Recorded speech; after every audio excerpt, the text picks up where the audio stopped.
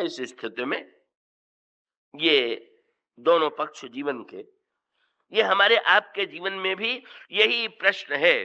कभी हमारी बुद्धि के सामने का एक ओर है त्याग और तपस्या और जीवन में संयम, और दूसरी ओर जीवन में है भोग।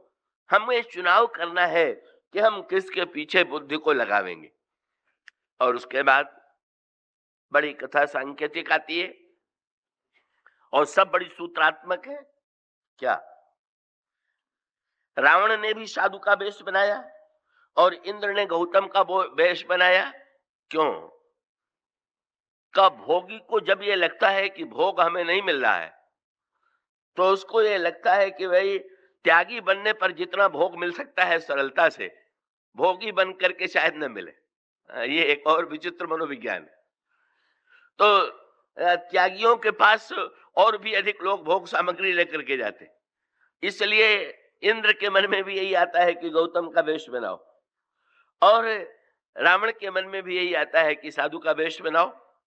और फिर उसके पश्चात क्रमशः कथा के अंतरंग पर ध्यान दीजिए।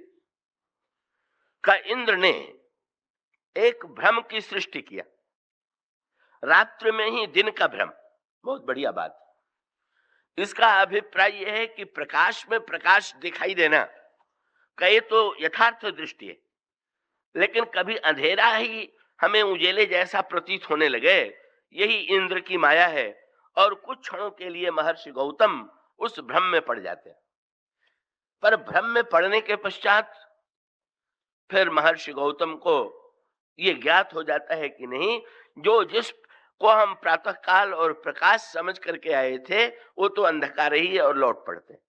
अब यहाँ पर थोड़ा सूत्र गंभीर है, मुझे विश्वास है कि आप पूरे जागृत रह करके उसे सुनेंगे, तभी अगर आप बुद्धि को पहले ही निद्रा के द्वारा जड़ बना देंगे तो भला वो क्या सुन सकेगी। इसलिए बड़ा सूक्ष्म सूत्र है, और वो सूक्ष्म सूत्र ये है कि ये जो जड़ और चेतन का वर्णन है, ये शुद्ध जो है आत्म तत्व को लेकर के। क्या ये रामायण में सारी समस्या है जड़ और चेतन। उत्तरकांड में आप विचार करें, आत्मा है चेतन और विषय है जड़। अब रामायण में ये कहा गया, जहां पर आप उत्तरकांड में पढ़ेंगे, ईश्वर अंश जीव अविनाशी चेतन अमल सहज सुख राशि सो माया बस परेऊ गोसाई बधेऊ कीर मरकट की नाई और जड़ चेतन ही ग्रंथि परी गई। जड़ ने चेतन को बांध लिया। कैसे होगा भाई? चेतन जड़ को बांधे ये ठीक है कि जड़ को चेतन बांधे? तो देखिए, ये जो विषय है ये चेतन है कि जड़ है? और हमारी आपकी जो अंतरात्मा है वो जड़ है कि चेतन है? तो भाई आत्मा तो नित्य चैतन्य है, और ये संसार के विषय जड़ है। जड़ इसलिए है कि ये जो संसार के विषय हैं, इनमें जो विशेषताएं हैं वो आप देते हैं, स्वयं उनकी दी हुई विशेषता नहीं। ये आप विचार करके देखिए। माने जड़ में जो आपको चमक दिखाई दे रही है, का वो चमक जड़ की न होकर के आपकी चमक, बल्कि गोस्वामी जी ने तो एक बड़ा कड़वा सा दृष्टांत दे दिया। आपने अगर कभी ऐसे कुत्तों को देखा हो जो गांव में या ऐसे स्थानों में रहते हैं जो किसी के द्वारा जिनका पालन नहीं हुआ है, और जब उनको भूख लगती है तो कहीं न कहीं चोरी से रोटी पाने के या भोजन पाने का प्रयत्न करते हैं, और वो भी न मिले और कहीं सूखी हड्डी दिखाई दे जाए तो भूख के कारण वो सूखी हड्डी को मुंह में ले लेता है और विचित्र व्यवहार करता है, उसको चबाने लगता है। और जब चबाने लगता है तो स्वाभाविक हड्डी में तो कोई रस नहीं, हड्डी है कड़ी, और उस हड्डी के द्वारा मुंह में घाव हो जाता है कुत्ते के, और तब उसके मुंह से रक्त बहने लगता है, और रक्त इस मात्रा में बहता है कि हड्डी में भी वो रक्त आ जाता है, और तब कुत्ता और जोर शोर से चबाता है। बोले चबाने से ही तो ये रस बढ़िया निकल रहा है, और भी हम चबाएं। गोस्वामी जी ने कहा, इसी प्रकार से निज तालु गत उरुधिर देख कर मन संतोष भरे।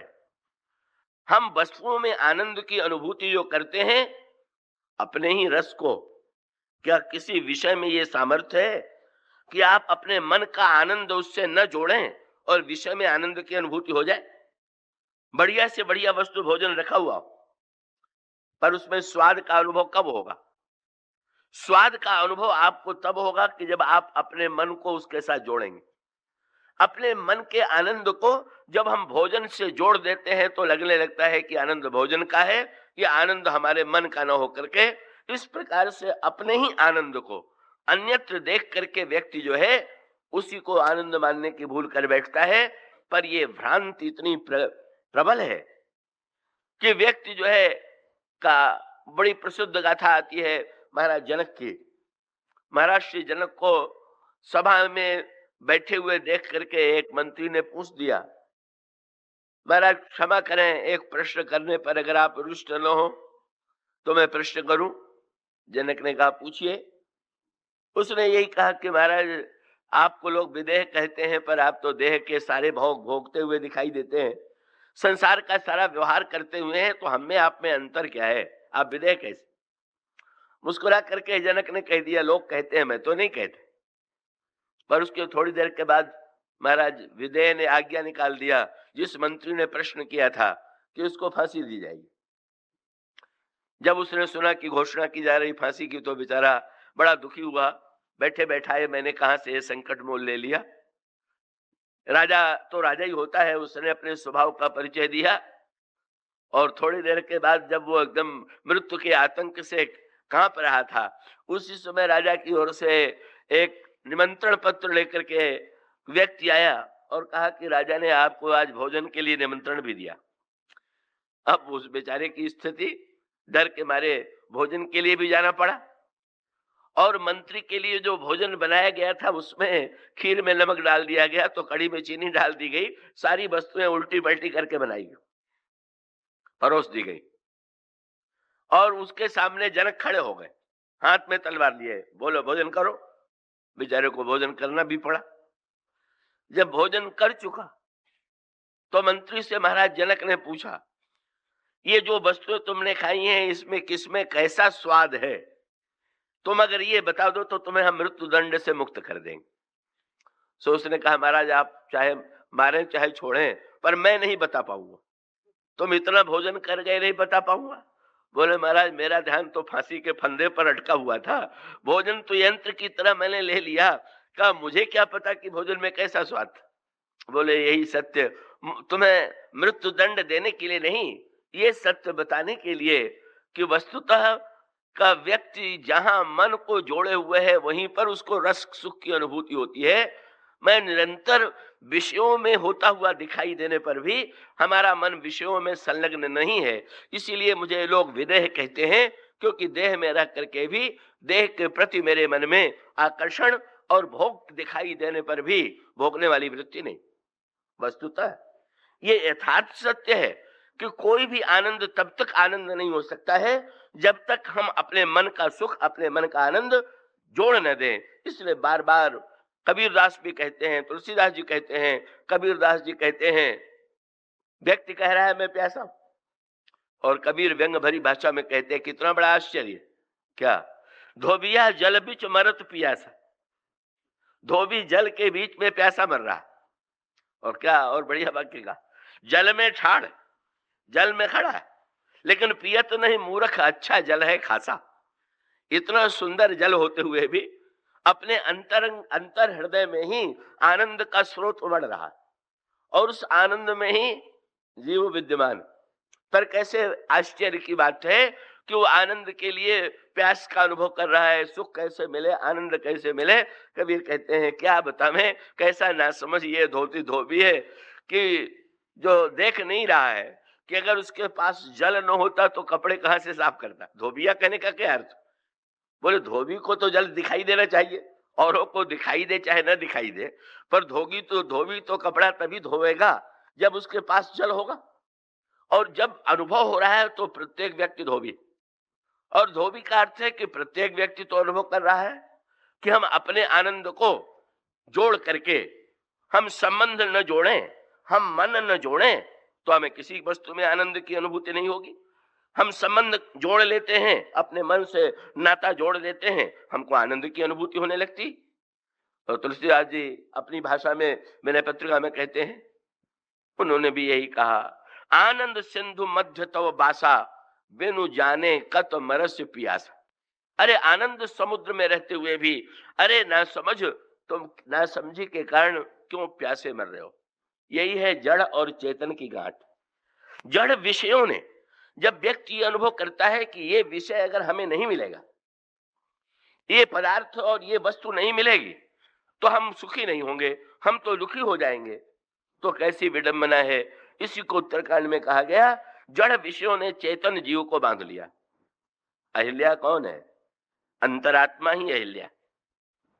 और आत्मा जड़ है कि चेतन है? अहिल्या जड़ है कि चेतन है?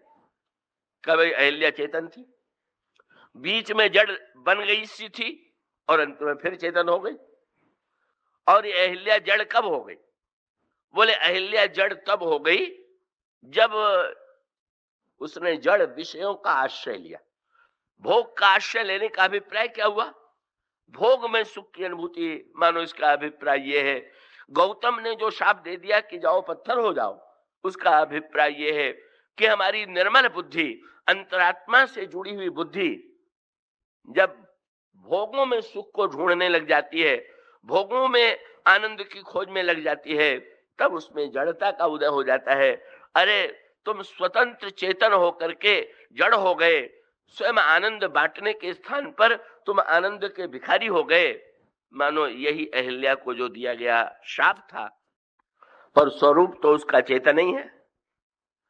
का वो तो है तो शुद्ध बुद्ध ही, और शुद्ध बुद्ध होने के बाद भगवान के चरणों से स्पर्श का अभिप्राय क्या हुआ? बस ब्रह्म दिव्य चैतन्य है।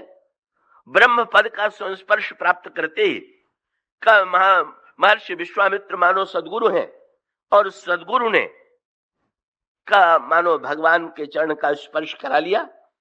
और जो ही भगवान के चरण दिव्य हैं, चेतन है, का समस्त आनंद के केंद्र हैं, का भगवान के चरणों से अहिल्या का स्पर्श हुआ और अहिल्या पुनः चेतन हो गई। इसका अभिप्राय ये है।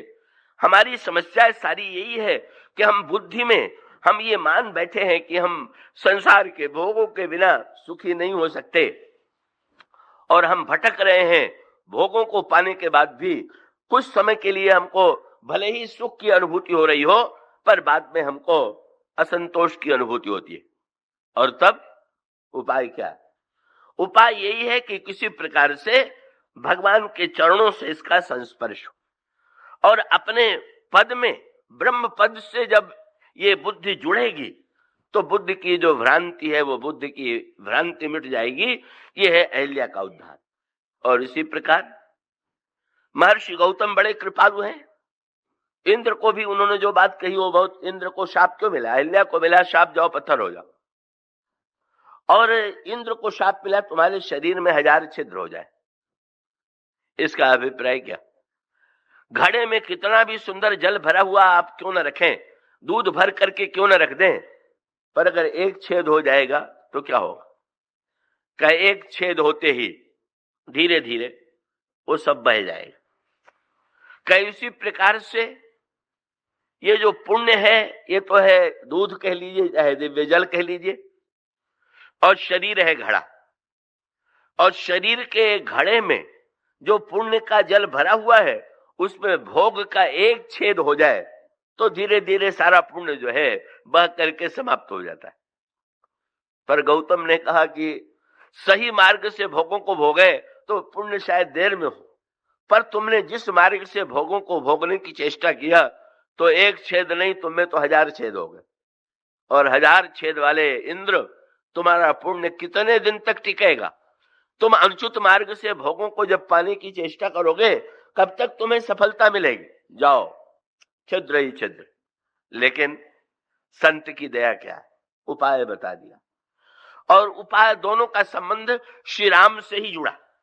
श्री राम से ही अहिल्या का उद्धार, श्री राम से ही इंद्र का उद्धार। और इंद्र का उद्धार तब होता है जब दूल्हे के वेश में श्री राम का वो दर्शन करने लगे।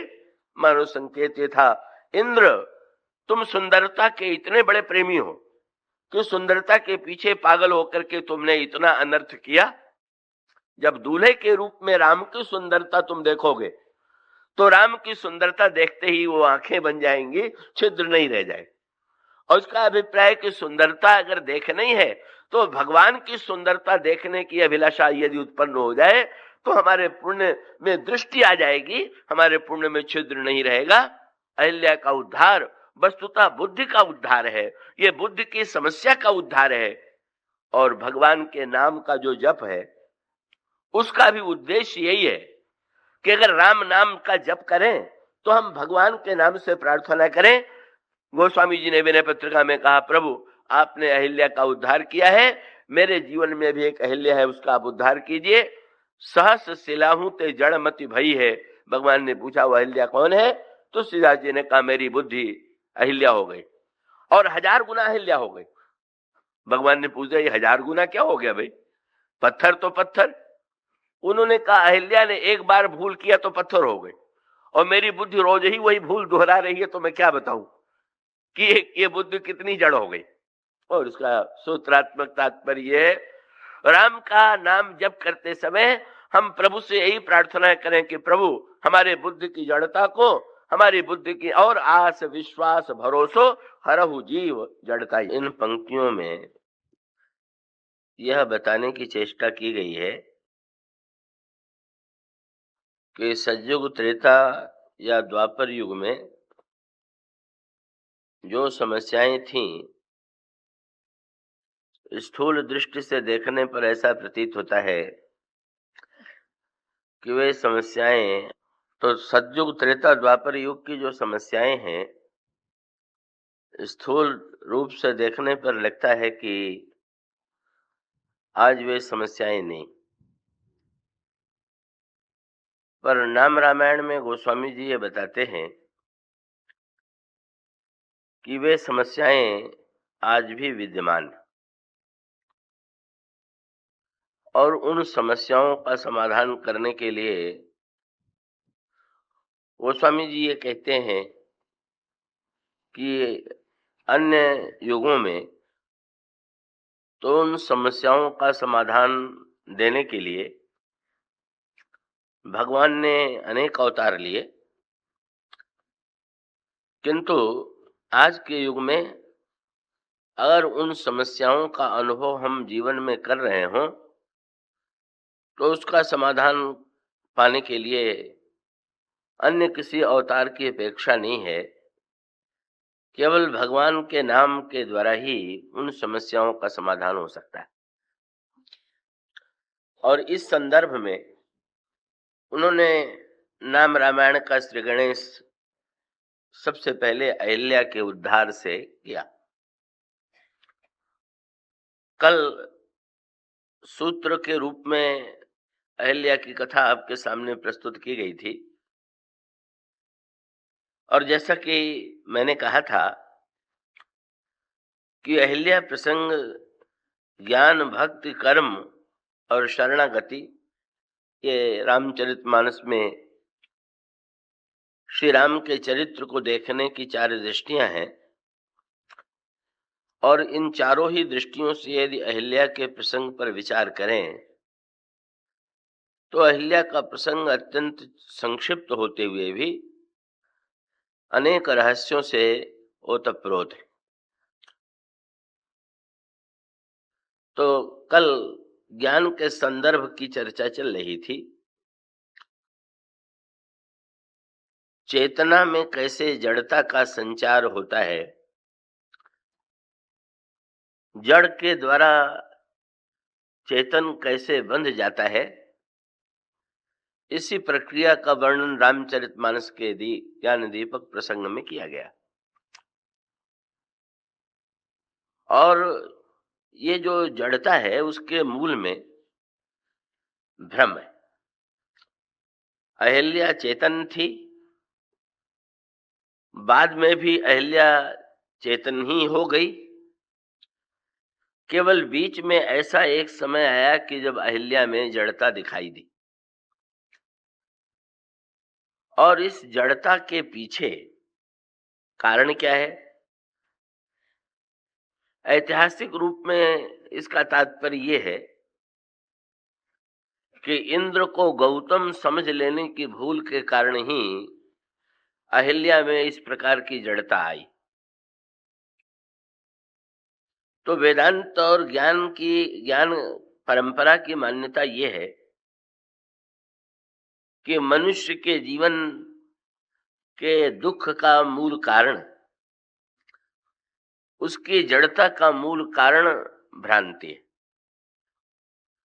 असत को सत समझ लेना, मिथ्या को सत्य समझ लेना, यही दुख का मूल कारण है। और ये संकेत अनेक प्रसंगों में किया गया। सत और असत महर्षि गौतम दिव्य सत तत्व के प्रतीक हैं और इंद्र भोगों का, स्वर्ग का अधिपति होने के नाते प्रतीक है। और जिस समय इंद्र को गौतम समझने की भूल की जाती है तो इसी भ्रांति का परिणाम होता है कि जड़ता के द्वारा चेतना नष्ट भले ही न हो पर वो आवृत हो जाती है।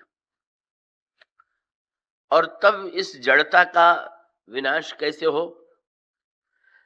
जड़ जो चेतन होते हुए भी, वही सूत्र जो ज्ञान दीपक के प्रारंभ में है, उसमें ईश्वर के अंश के रूप में एक जीव का वर्णन करने के बाद पहला शब्द यही कहा गया है, ईश्वर अंश जीव अविनाशी चेतन अमल सहज सुख राशि। जीव ईश्वर का अंश है और जीव ईश्वर के समान ही चैतन्य है, जीव ईश्वर के समान ही निर्मल है और वो समस्त सुखों का राशि है। ये ज्ञान दीपक प्रसंग में ईश्वर के अंश जीव के लिए ये शब्द कहे गए। पर जड़ता के स्थान, चेतना के स्थान पर जड़ता, का निर्मलता के स्थान पर मल और सुख के स्थान पर दुख व्यक्ति के जीवन में दिखाई दे रहा। और यदि इन तीनों का निराकरण हो जाए, इसका अभिप्राय यह है कि जो वस्तु स्वयं अशुद्ध है, मल युक्त है, उसका तो मल कैसे नष्ट होगा। पर मल जिस वस्तु का स्वयं स्वभाव न हो करके किसी बहिरंग वस्तु के द्वारा किसी स्वच्छ वस्त्र में जैसे मलिनता आ जाए या किसी बर्तन में यदि मलिनता आ जाए तो उसको धो देने पर जैसे उसकी निर्मलता, जो उसका स्वरूप है, वो लौट आती है, कि ठीक इसी प्रकार से अहिल्या प्रसंग में भी हुआ। का अहिल्या प्रसंग में गोस्वामी जी ने संकेत किया का भगवान श्री राघवेंद्र के द्वारा अहिल्या के उद्धार का वेदांत की दृष्टि से तात्पर्य क्या है? का भगवान श्री राघवेंद्र हैं साक्षात अखंड ज्ञान। उनका परिचय देते हुए यही कहा गया कि ज्ञान अखंड एक सीताबर, माया वश जीवो सचराचर। एक अखंड ज्ञान जो है का वही श्री राम है।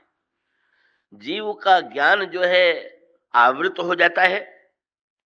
गोस्वामी जी ने दृष्टांत दिया सूर्य और बादल का, कबहु दिवस मह निविड़ तम, कबहु का प्रगट पतंग, का उपजई विनसई ज्ञान जिमि, पायु कुसंग सुसंग। का जैसे बादल के आ जाने से सूर्य नष्ट नहीं हो जाता है, सूर्य का जो प्रकाश स्वभाव युक्त है का वो तो सहज रूप से प्रकाश युक्त ही है, लेकिन जैसे बादल के आवरण के कारण उसके प्रकाश से हम वंचित रह जाते हैं। और अगर कोई हवा का तीव्र झोंका आवे और हवा का तीव्र झोंका आकर के उस बादल को छिन्न भिन्न कर दे तो सूर्य को बाहर लाने की आवश्यकता नहीं है, केवल बादल को छिन्न भिन्न करने की आवश्यकता है। इसी को गोस्वामी जी ने दूसरे रूप में भी प्रस्तुत किया है। भगवान राम और सुग्रीव दोनों मित्र हैं। अब अगर आप उपनिषदों के मंत्रों पर दृष्टि डालें तो सुग्रीव और भगवान ही मित्र नहीं है। का अगर सुग्रीव जीव हैं और भगवान ईश्वर है तो ईश्वर और जीव दोनों नित्य सखा। द्वा सुपर्णा सयुजा सखाया समान मेतद परिसस्व जाते। अब फिर देखें, श्री राम का प्राकट्य होता है सूर्य कुल में, और सुग्रीव के लिए कहा गया कि वे सूर्य के अंश से उनका जन्म हुआ। सूत्र क्या? दोनों मित्र हैं, ईश्वर और जीव, और दोनों ही ज्ञानमय होने के नाते प्रकाशमय है। सूर्य भी, सूर्य के दो रूपों में ये प्रकाश दिखाई देता है, पर इन दोनों में भिन्नता कोई है कि नहीं? तो भिन्नता केवल यही है, सुग्रीव के जीवन में और भगवान के जीवन में बस मूल अंतर ये है कि सुग्रीव के अंतःकरण पर आवरण समय समय पर छा जाता है, जैसे बादलों में सूर्य ढक जाए। मानो सुग्रीव का ज्ञान उस सूर्य की तरह है जो बादलों के द्वारा ढक जाता है, और जिसको छिन्न भिन्न करने के लिए हवा की आवश्यकता है। और इसीलिए संकेत की भाषा में ये कहा गया कि सुग्रीव के साथ हनुमान जी की मित्रता। हनुमान जी कौन है? पवन पुत्र है, संत हैं हनुमान जी और पवन के पुत्र हैं। और इसका सांकेतिक अभिप्राय है कि प्रत्येक जीव ही प्रकाशमय ही तो है, प्रकाश का ही अंश तो है, पर प्रकाश का अंश होते हुए भी उसके ऊपर मोह का आवरण छा गया है, वासना का आवरण छा गया है। अगर कोई संत पवन पुत्र के रूप में, जैसे वायु का कार्य बादलों को छिन्न भिन्न कर देना है, कैसी प्रकार से सुग्रीव के ज्ञान पर जब कोई आवरण छा जाता है तो श्री हनुमान जी की भूमिका ही जो है उस बादलों को छिन्न भिन्न करके उनको उस वास्तविक रूप में प्रकट कर देना। वहां पर भी संकेत यही, सुग्रीव जब भगवान श्री राम को देखते हैं तो भगवान को देख करके नहीं पहचान पाते, और भगवान को देख करके न पहचान पाने का कारण यही है, सूर्य का अंश और वो सूर्य के रूप में जो साक्षात अखंड सूर्य है, श्री राम मानो वो सूर्य है कि जो सूर्य कभी बादलों के द्वारा ढकता नहीं, आवृत नहीं होता, और सुग्रीव उस सूर्य के अंश के रूप में है कि जो समय समय पर बादलों से आवृत हो जाता है। तो एक ने दूसरे को, सुग्रीव ने यदि भगवान राम को नहीं पहचाना तो उसका तात्पर्य क्या है कि उनकी आंखों के समक्ष एक आवरण छा गया था, और वो आवरण छा गया था बाली के भय का। बाली के आतंक से संत्रस्त होने के कारण उन्हें श्री राम को देख करके भी भय की ही अनुभूति हुई, श्री राम को देख करके प्रसन्नता का अनुभव नहीं हुआ। कहीं कह लीजिए कि सूर्य के प्रकाश में भी अगर आपके आंखों में कष्ट हो और आप अपने आंख पर रंगीन चश्मा चढ़ा लें तो सूर्य वही होने पर भी प्रकाश का रंग आपको बदला हुआ दिखाई देगा। तो सुग्रीव के आंखों पर भय का ऐसा चश्मा चढ़ा हुआ है कि उस भय के चश्मे के कारण भगवान भी उनको डरावने ही प्रतीत हो रहे हैं। और हनुमान जी ने सुग्रीव से प्रभु का परिचय कराया, इसका अभिप्राय है कि पवन पुत्र ने अपनी भूमिका संपन्न की, और सुग्रीव के आंखों पर, मन पर जो भय का आवरण छा गया है, उस भय के आवरण को उन्होंने दूर कर दिया, और बादलों से छिन्न भिन्न हो जाने के पश्चात दोनों की मित्रता होती है, और सुग्रीव भगवान को पहचान पाने में सक्षम होते। फिर भगवान श्री राघवेंद्र ने बाली का वध किया, बाली का वध करके सुग्रीव को राजा बना दिया, पर फिर आवरण छा गया। ये समस्या है, प्रकाश के साथ समस्या जो सूर्य के रूप में समस्या है, वही समस्या सुग्रीव के जीवन में है। वे भोगों में वासना का ऐसा बादल छा गया कि फिर प्रकाश से वंचित हो गए।